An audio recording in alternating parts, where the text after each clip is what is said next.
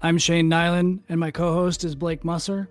And these stories you're about to hear are from Weapons Company, 2nd Battalion, 4th Marines, 1st Marine Division, about the events surrounding and directly from the mouths of the people who were in Ramadi 2004.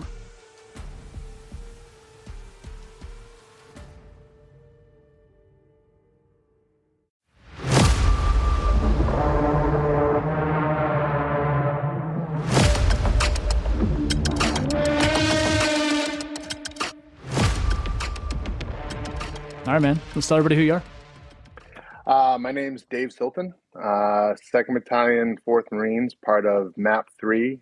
And I was a Lance Corporal, and I think I got promoted over there to Corporal when I was in Ramadi.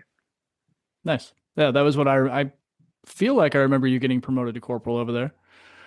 Was it a combat promotion, or did you just get in range? In range. Nice.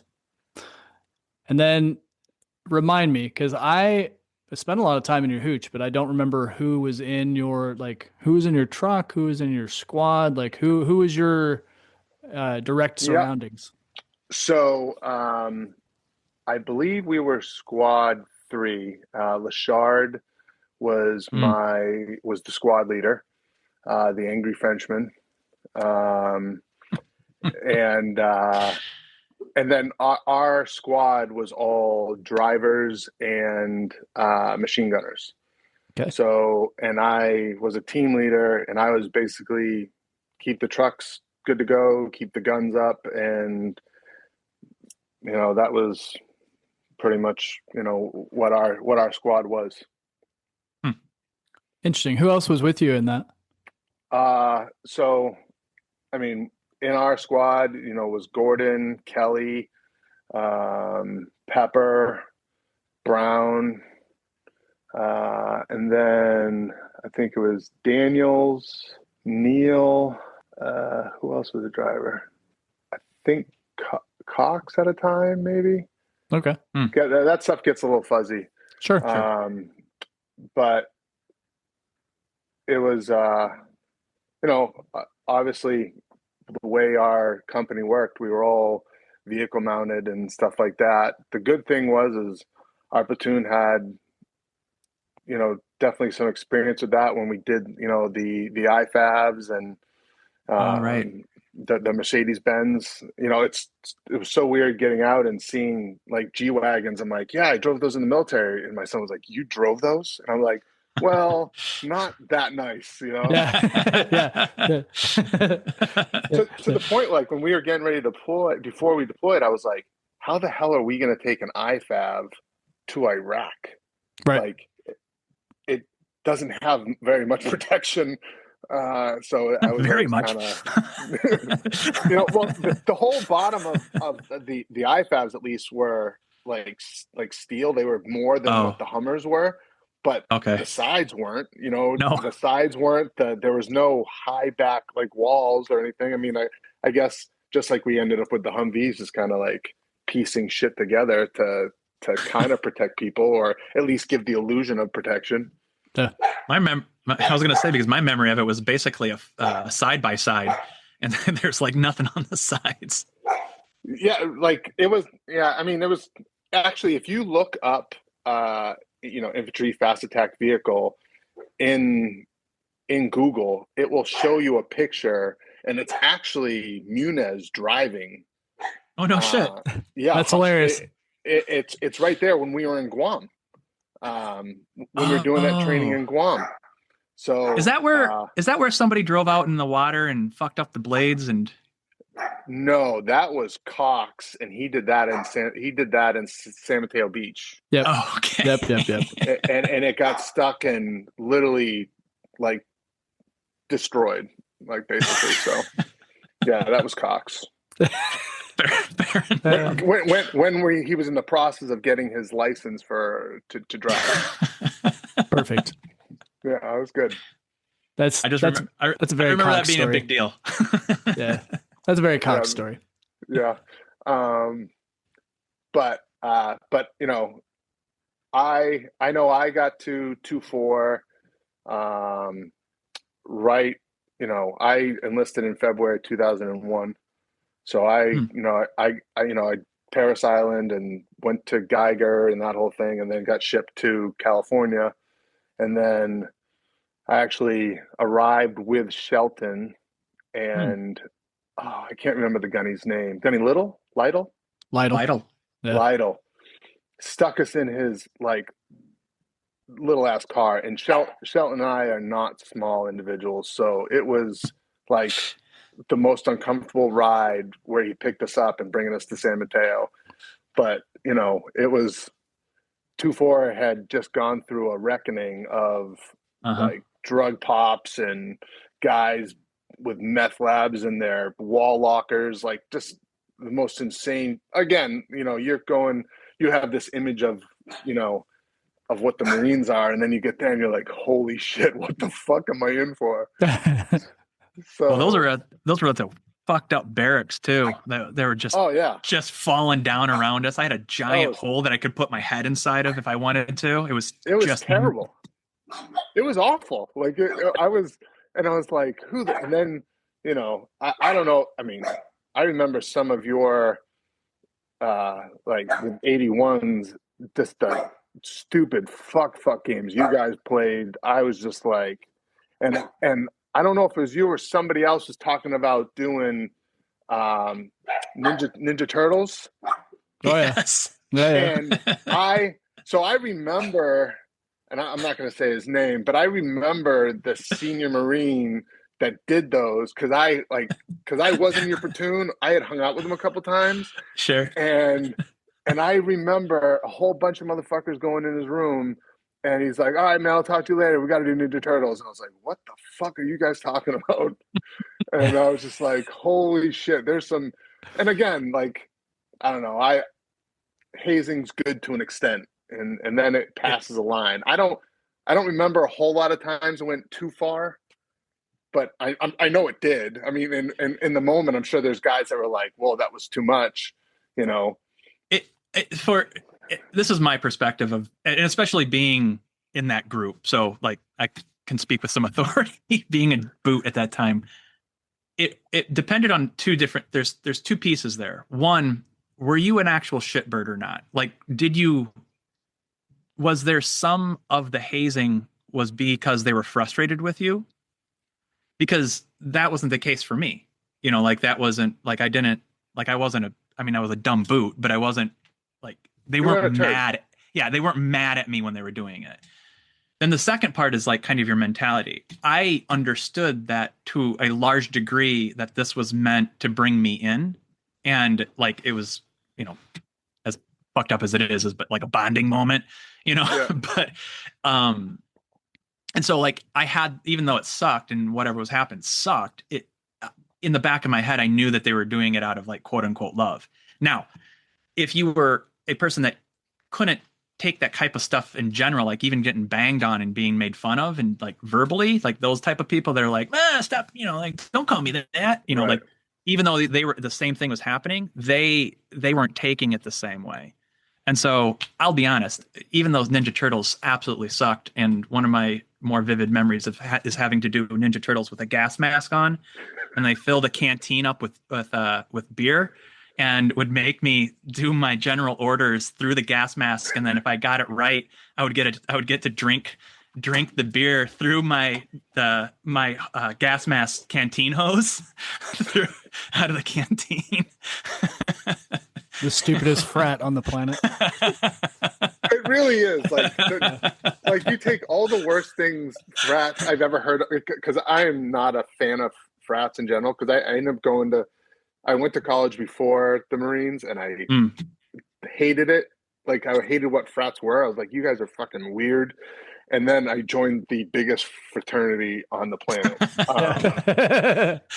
So yeah, I mean, and no, I mean, I just remember some of our senior guys were just assholes, like Mm. just to be assholes. You know what I mean? Which in turn, I look back and everything happens for a reason type of thing. It made our platoon very close. Yeah. Because of that. So Mm-hmm. it made it made our group very close. So when those senior guys who timed out left, what was left was a very tight unit. I mean, if that makes sense. No, yeah, absolutely, for sure. Absolutely. You does. know, so, you know, and actually I was actually on guard. I was, you know, our regular guard bullshit we do at the barracks watch, when 9/11 happened. And I remember, remember the SOG coming down and say, hey, go wake everybody up, and go wake everyone up. We're all piled in the little squad bit, like the rec room or whatever you want to call it, and just watching, and everyone going like, we're fucking going to war, like everyone getting all excited, you know, and then we go to Japan. Yeah. I mean, for a very long time. Yeah, after all the bullshit of, like, you know, the QRF kind of stuff we were doing at San Mateo, getting ready because Operation Noble Eagle. Yeah, and I was like, I don't know, I remember like, hey, our job's probably going to be like to guard Disneyland, and I was like, what? Like, really? Like, that's what we're going to do? Yeah. I was like, okay, sure. You know, actually, during that time, I remember getting NJP'd because my dad had his wedding, and I got sent up. I went home to his wedding, and it was leave they didn't want to give me, but my dad bitched to some senator or somebody he knew, which was only going to get me in trouble. And I knew it was going to get me in trouble. I'm like, you know, this is only going to fuck me, Pop, right? You know, I'm going to get fucking bullshit for this. And then I got, you know, restriction and all that friggin' stuff. I didn't get busted down, but it was just like stupid shit because I ended up getting stuck in a snowstorm because I'm from New England. Sure. I'm from Massachusetts. That's where I'm at.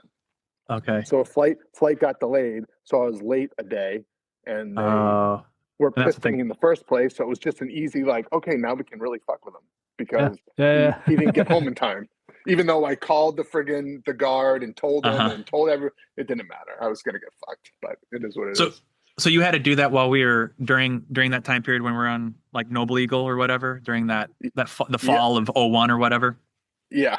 Yeah. Oh, geez. They bet they were really happy to let you go. Oh yeah, that was awesome. Yeah, they were so happy. Considering considering we weren't allowed to be like 2 hours away in some. No. Right.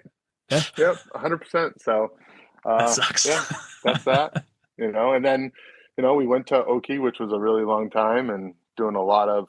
I mean, we did a lot of I thought we did a lot of cool shit over there. I mean, for as long as it was, but I mean, and then I drank so much alcohol. Like I was never a really big drinker. And again, so I was already 21 years old in the military. So, you know, so it wasn't like I'm an 18-year-old. This is my first opportunity to drink, and I'm really getting shithoused all the time. No, I'm 21 years old. I kind of have already experienced it, but I hung out with like Brizendine and Swafford and Hodges a lot, and man, they could drink. And, you know, also dealing with my own bullshit, you know, just I can't remember many formations that I came to sober, you know, and then we ran like a motherfucker and just sweating it out, and oh god, it was awesome.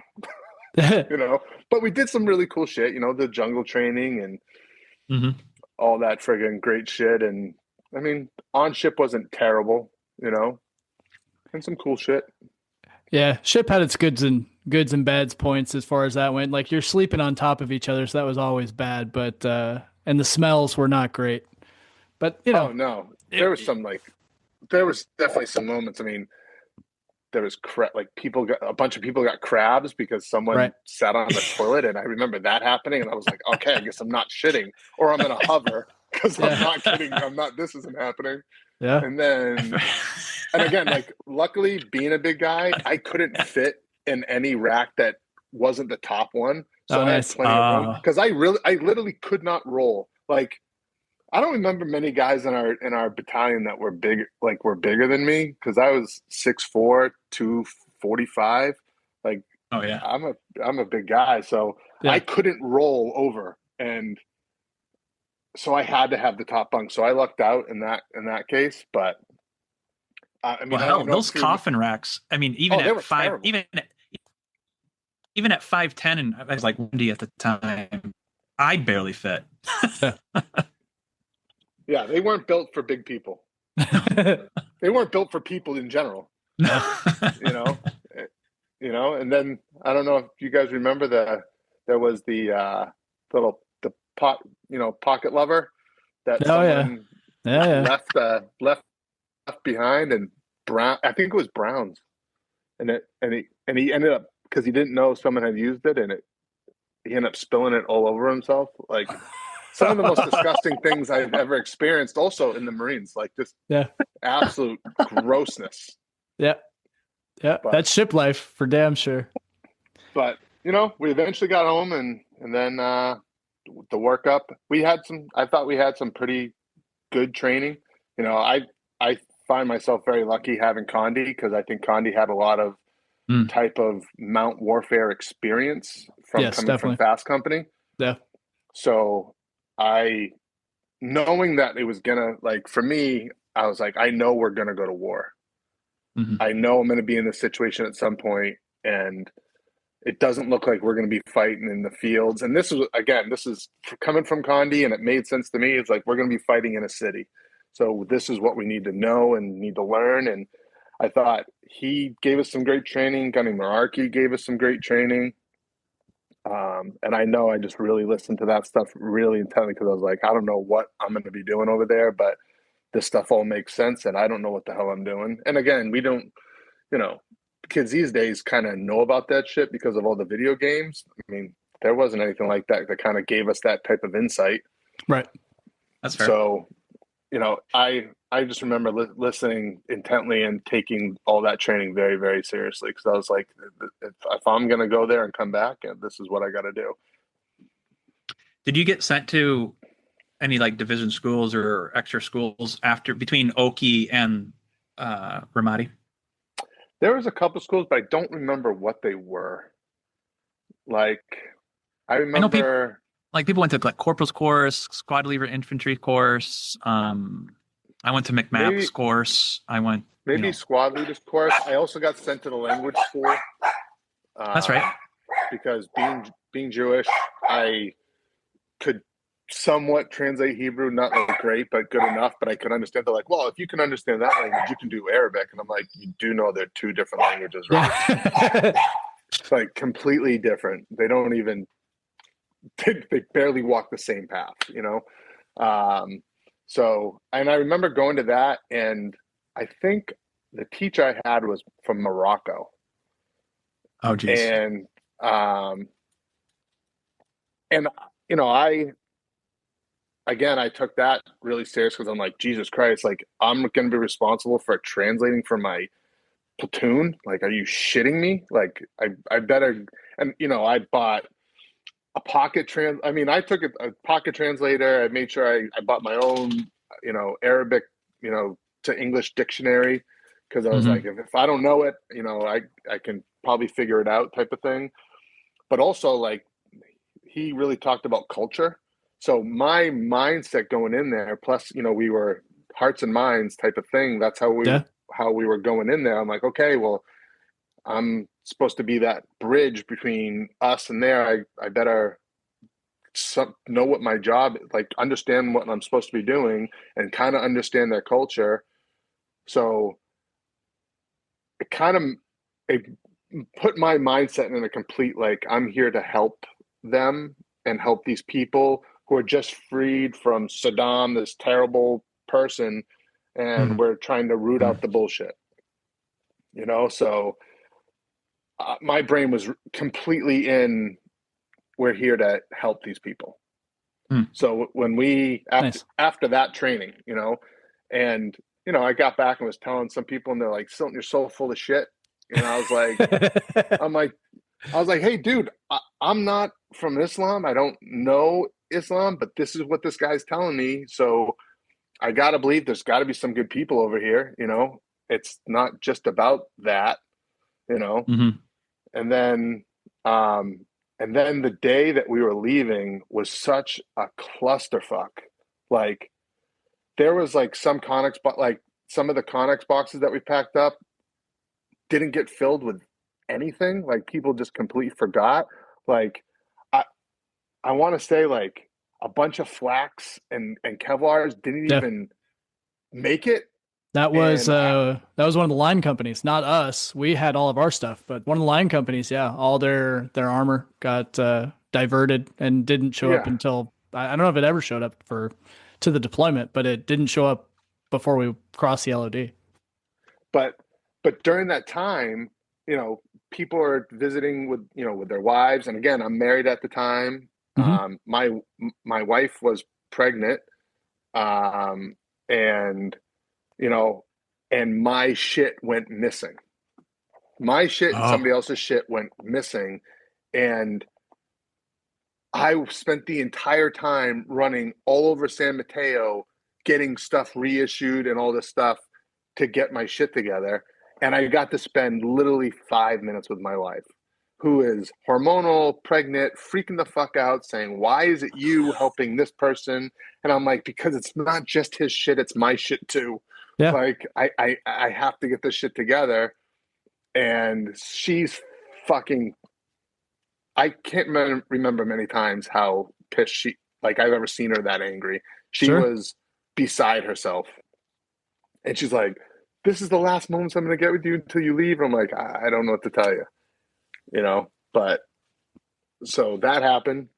Then, you know, and again, of course, everything we do is hurry up and wait. So it's hurry up, we're getting ready to go. And then we're just sitting there. And I remember like looking over at her, and I think we must have sat there for like an hour.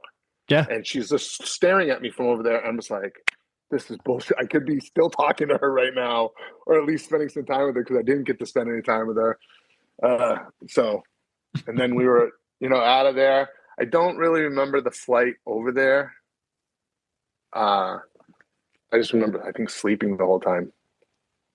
But we definitely made some stops because I think our plane was a piece of shit. Yep.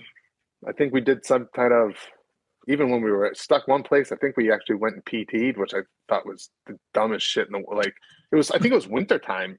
We were in like New England area. So. We're in New Jersey. Yeah. And running in the snow. Yeah. Yeah. And I was like, this is the dumbest shit. Like we're running in the fucking snow.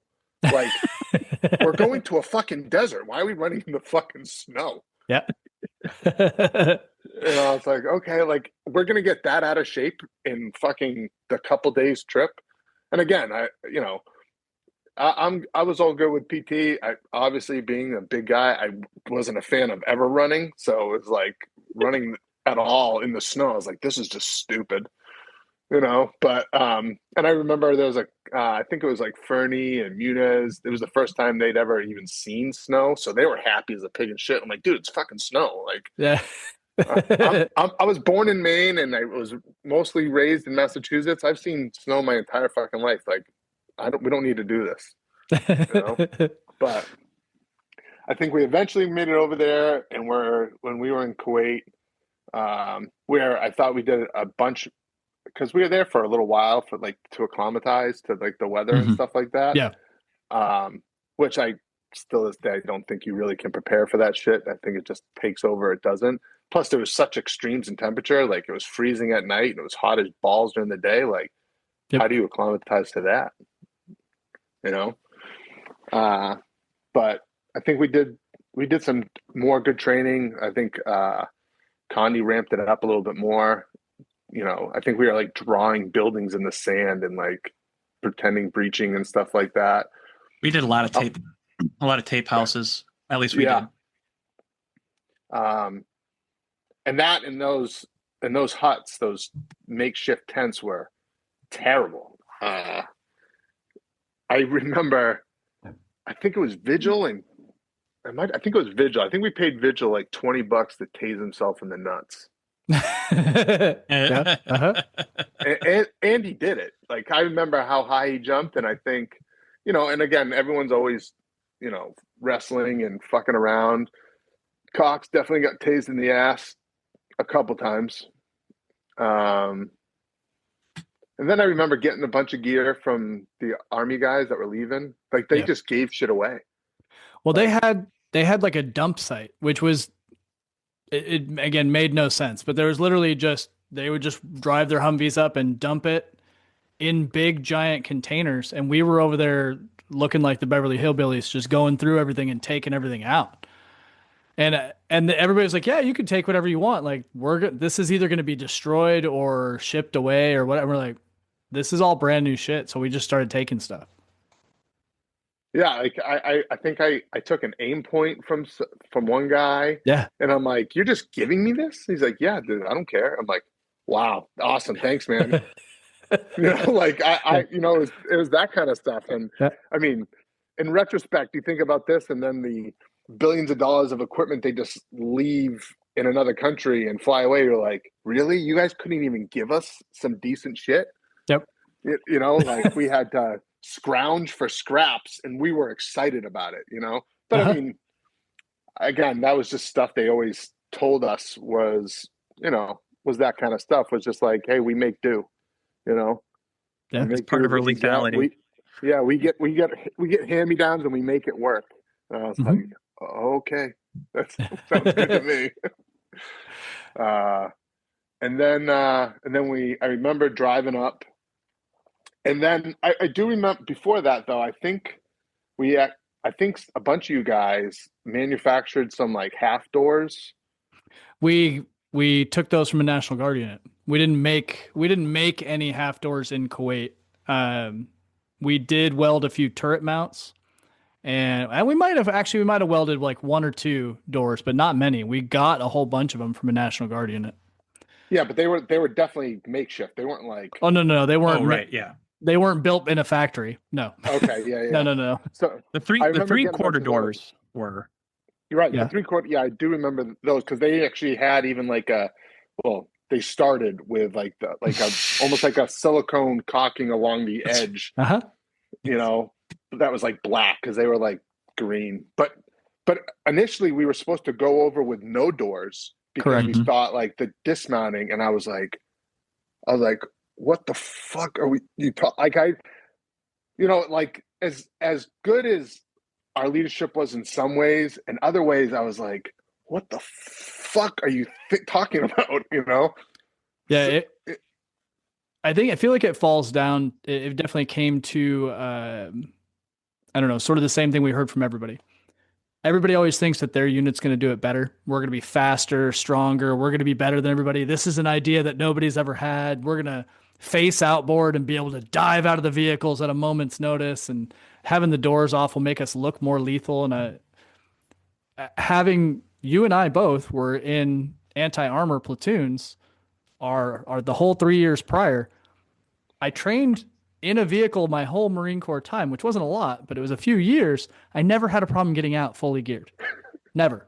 It was never a problem. I definitely wanted a door.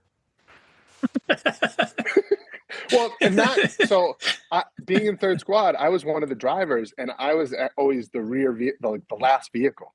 Mm. So being the last vehicle, not being the last vehicle, but being a driver, I was like, I need a fucking door. Like, I'm not facing outboard looking for enemy. I'm focusing on the fucking road. So I would really love a door. Yeah. Yeah. But we ended up, greater minds, said, you know what, we're gonna do doors. So that was fantastic. Had doors. I love the Marine Corps so much that this is that was even. It's not that we were asking for anything. Could we have a door? Just a door. That's a door. So then, but I remember driving up, and we stopped somewhere, and they're like, "Oh, go in the tent."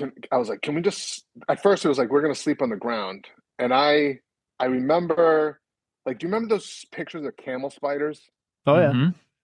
And I'm not a fan of bugs in the first place. I just don't like them, and not that I have a fear of them. I just don't like them. Like, I don't like, some people like to play with, the Brazilian cockroaches and spiders. No, I'm not one of them. I'm like, get that thing the fuck away from me. It's a fucking arachnid. Like, I don't want anything to do with it. And I remember how big those motherfuckers were. So they're like, massive. Yeah. And again, we're, for the most part, we're a bunch of dumb grunts, and any story you fucking tell me, most of us believed. So, you didn't have the like internet or AI to check is this true? You just saw fucking pictures and were like, fuck me. Like that thing's enormous. It's a fucking dog spider with the biggest teeth that burrows in your skin and like eats its way out and lays eggs on a camel, which is bigger than me. So that thing was gonna bite me and like take off my fucking arm. Like I'm all set. So I was like, I'm not sleeping on the fucking ground. Like I'm the driver. I get to sleep on the truck. I'll sleep in the truck. I'll sleep sitting up. And they're like, oh no, we found a place to sleep. And I was like, okay, great. So we had cots and we go in there. And I remember going to the bathroom. Who was it? I think it was Ortiz or Brown. And we were going to the bathroom and I saw this thing creeping along the ground. And I fucking slammed, like I butt stroked it. And all I remember was like its legs coming up and grabbing the buttstock of my rifle and me shaking it like a motherfucker to get it off. And I took off. And you were supposed to go everywhere with the battle buddy. Yeah. And I left them in the freaking bathroom. And they're like, where's, like, I think it was Brown or Ortiz. And they're like, they're in the bathroom. And they're like, why are you here? I'm like, because a giant fucking camel spider was attacking me. I was freaked out. Like from then on, like I was even more freaked about these insects. I was like, oh God, like just don't let that thing bite me. Like if that thing bites me, I'm gonna die, I'll take that machine gun bunker by myself, but fuck that spider. Yeah. 100%. 100%. So we had the drive up. I don't remember really any engagements on the drive up. I think we made it there pretty safe and sound. Okay. And got to Hurricane Point, which I wasn't really. Oh, and I do remember going to a class for about IEDs. Yeah. Mm-hmm. I did remember I also went to that. I don't know if it was a class or a school, but it was just a presentation. Yep. Yeah. And which I found comical because I was just like, really? This is what you think everything's going to be? Like filled up soda bottles and Coke cans? And I was like, okay. And again, I wasn't being a 51. I was demolitions and anti-tank. So I was like, I mean, that, sitting there thinking I'm most smart because, hey, I've done demo. I know how to make water charges and I know how to play deck cord and C4. And I'm like, we're in trucks. We should be okay. And of course, everyone's like, oh, you got to have like a 200-foot offset. I'm like, yeah, for like the one piece of shrapnel that may come. But that class was wrong. Yeah. Wrong. Yeah. But and maybe I heard it in your podcast, heard it on a prior podcast, but like a lot of their information on that kind of stuff like came from like, I don't know, was it England or something or So we had both. We did have the Brits they were showing us examples of what they dealt with in Northern Ireland with with all their problems that they had there with the IRA. And then the slide deck that I think you're referencing is the IED trainer team who came out. I say that very loosely. They were probably super awesome later, but they really did not do much. So there was two parts of that. There was the slideshow that you're referencing which they had like a Pepsi can stuffed with nails and a little bit of Comp B. And then the other one was it was literally wires coming out of a dead cow. And I was like, but you could see that from as far away, like there's no way I'm not going to see that. But that was a real picture from an IED they had found in Iraq where they had stuffed I don't know, some kind of explosives into a cow. But then they had we walked the backyard. They had made makeshift IEDs and put them on a trail. Oh, wait, I forgot about that. Yeah, that was the other half of that class. But they were they were so obvious. Also, it was our backyard. So we had been back there. Yeah. Well, we had also been back there every day for years. So I already knew what was back there. And so there's like, I was like, that's an IED. They're like, how do you know? I was like, that's not supposed to be here.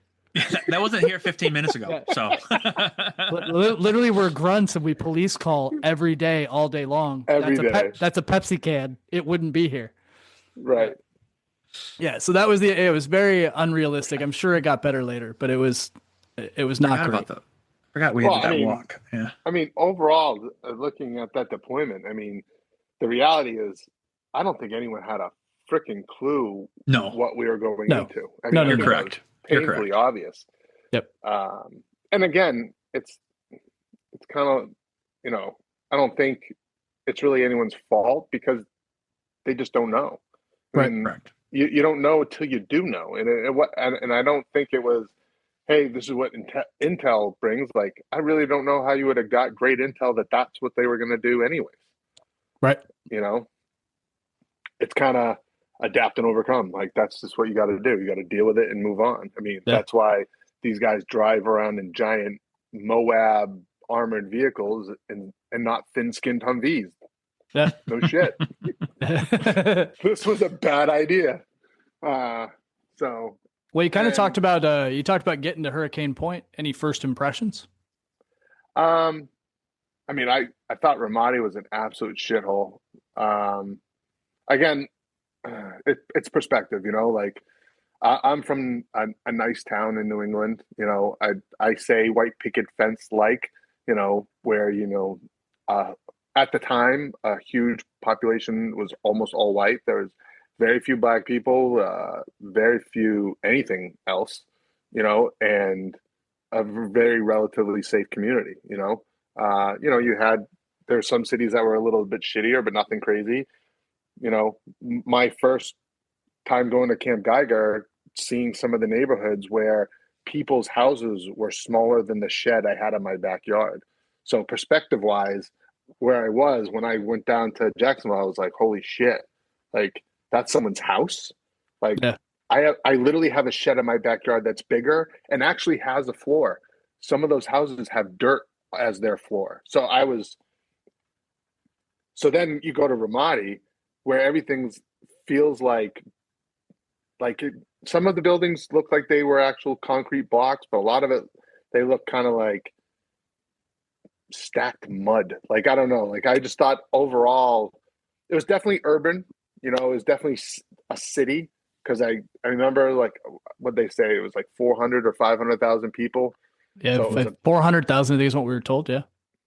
So it was a big area, but I just remember driving in and seeing those arches, and I was like, wow, that's fucking impressive. And, and then, keep driving. You're like, oh, wow, this is kind of a shithole.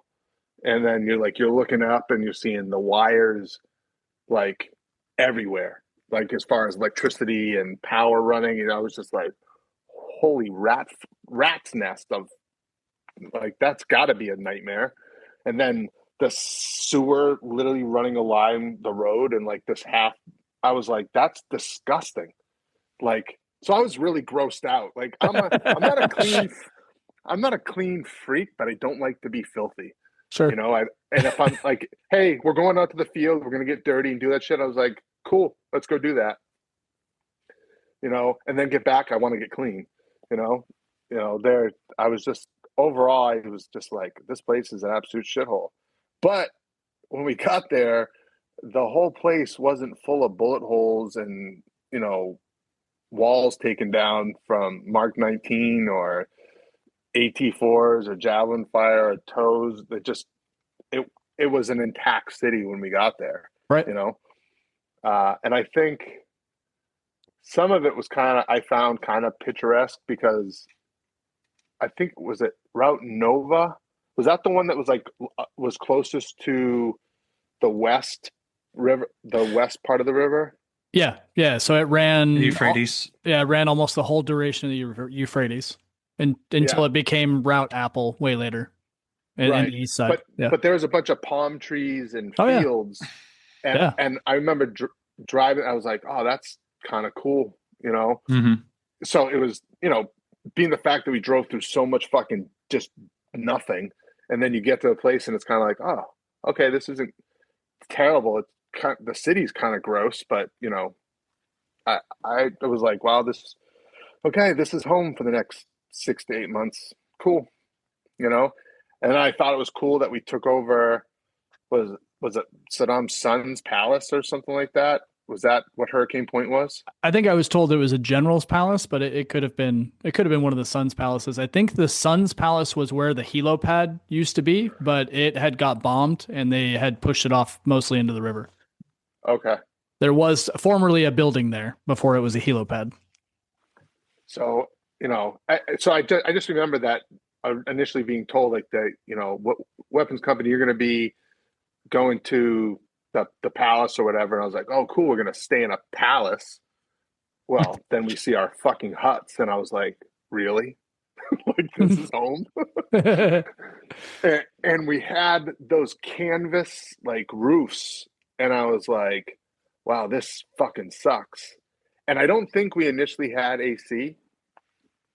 Yeah, I don't know if your hooch did or not. Some did, some didn't, and they didn't all work. Even the ones that had like 4 or 5 AC units, only one would work or two would work. It took a while to get them all going. Yeah, so initially it didn't work. I just remember it not working, but and then you know, it had a bathroom, but none of the plumbing worked. Like none of the plumbing, and even the showers didn't work initially, which I think was being fed by like a gravity well or something like that. Correct. Yeah, there was a tank on the outside that was just gravity fed. Yeah, and which I don't know how fucking complicated that really is to make work, but again, it wasn't working. You know, so we just had the porta shitters outside, which were always fucking infested with fucking flies that to this day I've never seen anything like it in my life. Yeah. And then I don't know, it was at some point I know we got metal roofs and I use metal loosely because they were like tin or something. Yeah, it was basically an insulated shed roof. It was no different as far as the quality of the roof. That was middle of May. Yeah, we went through all of March and all of April with those fucking flapping canvas roofs. We had them that long? Yeah, man. But then I didn't even think we had them that long. It felt like a very short time. Yeah, because you know we were busy. Yeah, we were distracted.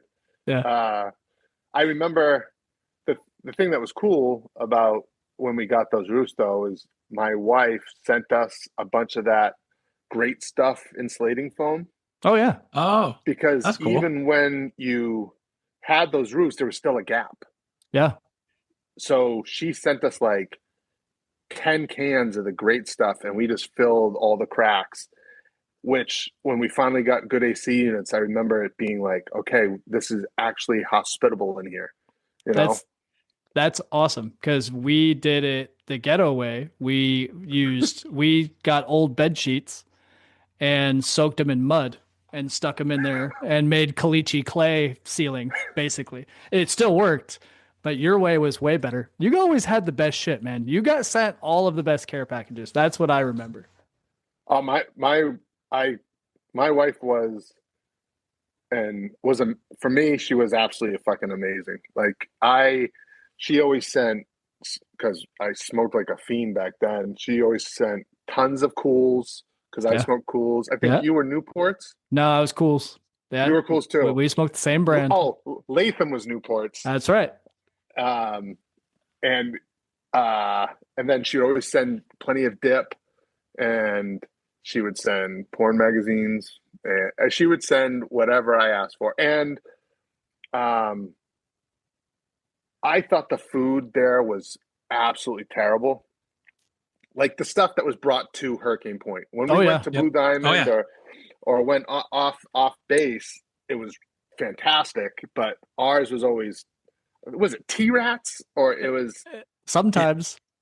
It was terrible. And I was like, I am not eating MREs for fucking 6 months. I can't. Yep. So my wife sent the easy mac and cheese, microwavable mac and cheese. Mm-hmm. And do you remember those packages that had the tuna and crackers in? Yeah. Hell yeah. She would send, like, I don't mean she'd like send a couple. She would go to the market and say, hey, I need one of your cases of this. And she would take and send entire cases to me of that. So that's literally all I ate was mac and cheese and friggin' tuna. So my wife had sent me like canned fruit and other stuff, beef jerky, different things like that. And I remember coming over, we were trading like it was prison. Like I distinctly remember being like, dude, I've got some canned peaches. You're like, shit, I got tuna. And like literally like making deals. Yeah. That's why I remember your care packages, because we would trade all the time. Oh, and the only thing that gets kind of sucked was packing that stuff to go out, because it was like, you know, emeries are just, they're obviously easy to pack. You just throw them in a sack, you're good. It's like, all right, I got to make sure this doesn't get punctured. It doesn't explode in my bag, you know? So you got to take your school lunchbox to war. Yeah, right. You know, and then, you know, the good thing is we had plenty of good, clean water because everything was bottled, because you couldn't drink anything over there. So, you know, that was good. And, you know, little flavor packets to throw in there every once in a while to try to make it taste like something else. Oh man, I just remembered. I forgot. I used to make sun tea all the time. Oh yeah. Yeah. I forgot about that. Which is funny. Yeah. So all the worry now in 2026 about microplastics, and literally we were just those bottles would be out there in the sun. Yeah. It was microplastics was a food group for us. That's exactly right. Yeah, for sure. Yeah. And then I remember I didn't go out on the left seat, right seat when they did that initial one. Yeah. But a bunch, I think it was like Condi, Williams, Lachard, I think a couple machine gunners, and I'm going to leave out his name, but one of the machine gunners who got contact, he ended up having, I don't know, I don't know. And again, most of our platoon was 17 and 18-year-olds. I mean, they were kids, you know, and again, I mean, 21, I wasn't an old man at that point, but I definitely, perspective wise, understood that they were kids, you know, straight, you know, like I lived on my own for a little bit, you know, I'd gone to school. So a little bit of experience, you know, not being taken care of mom. And you had 3 years in the Marine Corps, which 3 years in the Marine Corps is like 15 years. It's like dog years, right? It's just exponentially more experience. Right. So I mean, at the time, I know I had a complete different take on his feelings, but now I look back, he was a kid and it was just overwhelming for him, I think. And I think he ended up getting separated from I don't know where he ended up going, but he got separated from us. Yeah, I know you're talking about. As far as I know, he had counsel from a few junior NCOs, and then he got a little counsel from some senior NCOs. He stayed with headquarters for a little while, and then I don't know what happened to him after that. I really don't. I don't know if he got sent back to the States or if I don't know. I don't remember him finishing the deployment with us. Well, I mean, I'm not a super religious person, but I hope he, you know, I know he became very religious at that point.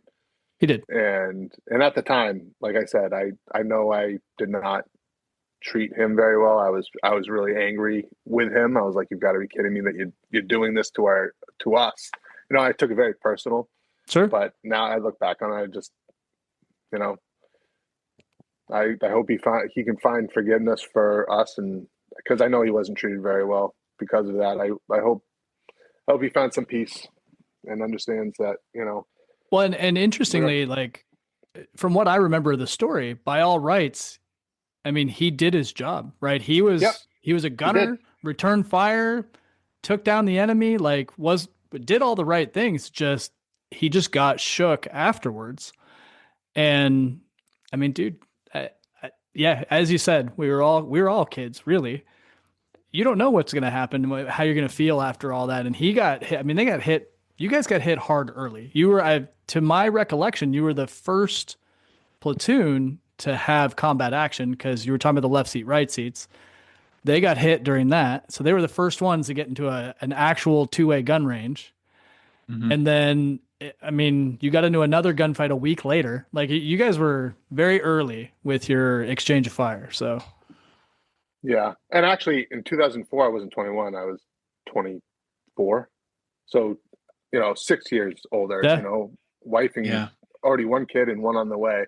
yeah, So it's yeah, a huge difference. yeah. So at the time, again, I know I didn't treat him very well. But I apologize for that and hope he can forgive us. And I hope he found peace in it. But he did his job. He did what he was supposed to at the time. It was just the after effects were too much for him, Yeah, which I look back now and I get it, you yeah, know, but And in a lot of ways, I'm surprised more guys didn't have more issues. I know there was a handful, and I know that there was once or twice that I asked to keep a guy back because they weren't in the right headspace.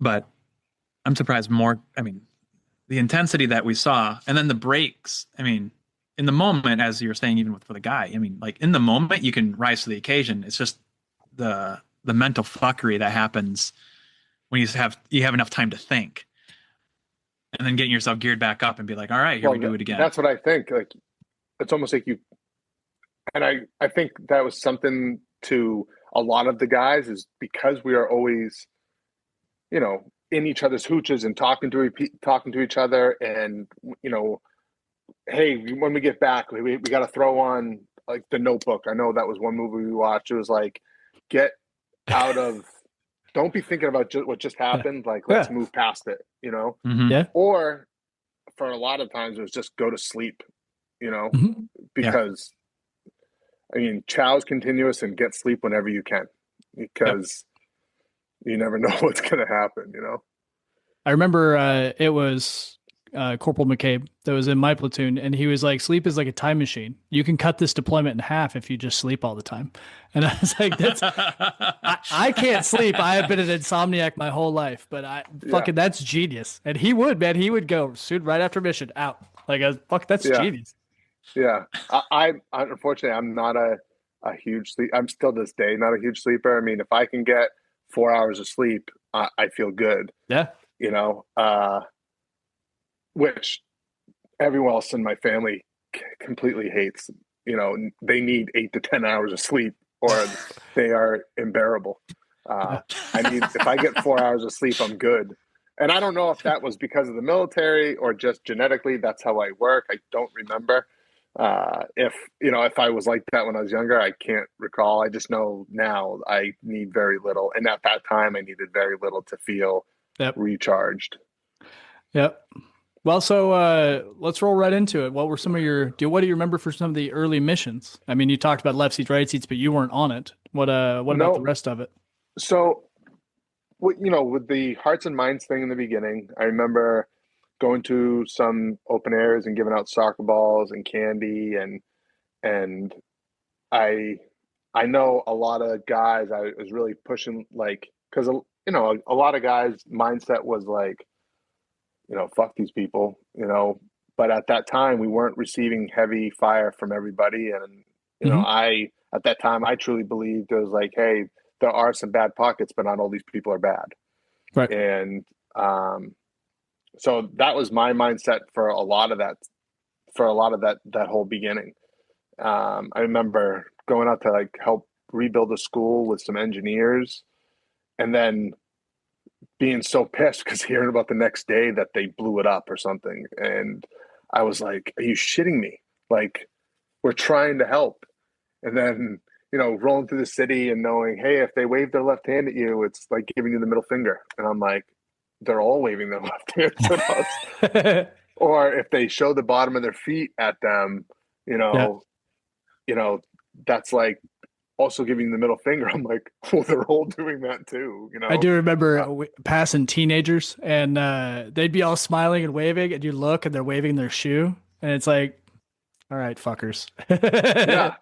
And the thing, and I remember because I want to say there was some early news crews that were with us, and I remember once or twice talking to my mom or or my dad, and they're like, they're always waving at you guys. And I'm like, well, I don't know if they're doing a flip and stuff, but they're waving their left hand, Mom. They're like giving us the middle finger, and they look like they're happy. And I'm like,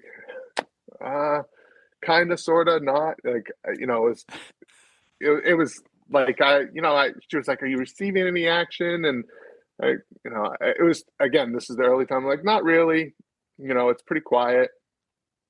And I just remember, like, Condi, that was one thing he would preach, is like, it doesn't help your parents. It doesn't help your wife to tell them what's going on here.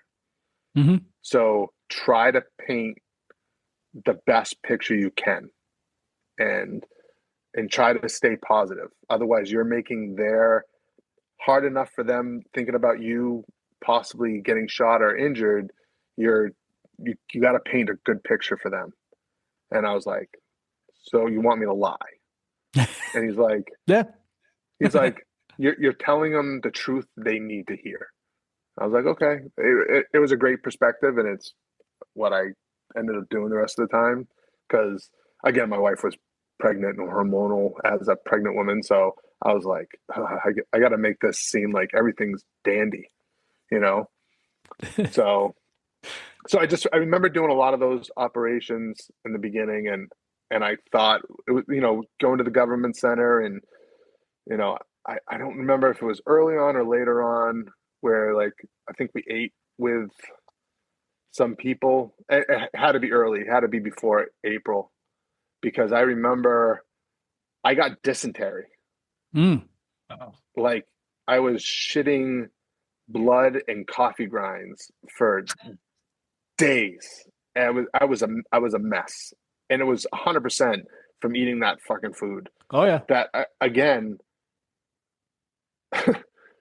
like, you don't think about it like that. Like, hey, don't drink the water. Don't, ingest that stuff, because it has bacteria in it that our stomachs can't handle. Mm-hmm. It's like, oh, okay, that makes sense. Well, then we ate with them. What the fuck do you think they cooked their rice in? Right. And I don't care if it's boiling or not. Obviously, the shit's still in there, because that shit fucked me up. I was a mess. Like, I remember one time looking in the shitter, and I was like, oh, I'm shitting straight fucking blood. This is not good. And go to see Doc. He's like, oh, you got dysentery. I'm like, am I going to die? He's like, no, we got to give you some antibacteria and friggin', stay up with Doc with getting IVs to make sure you stay hydrated. And I'm like, but you'll be all right. I'm like, oh, okay. If you like what you've heard, this is a multi-part episode. Make sure you listen to the rest of the story.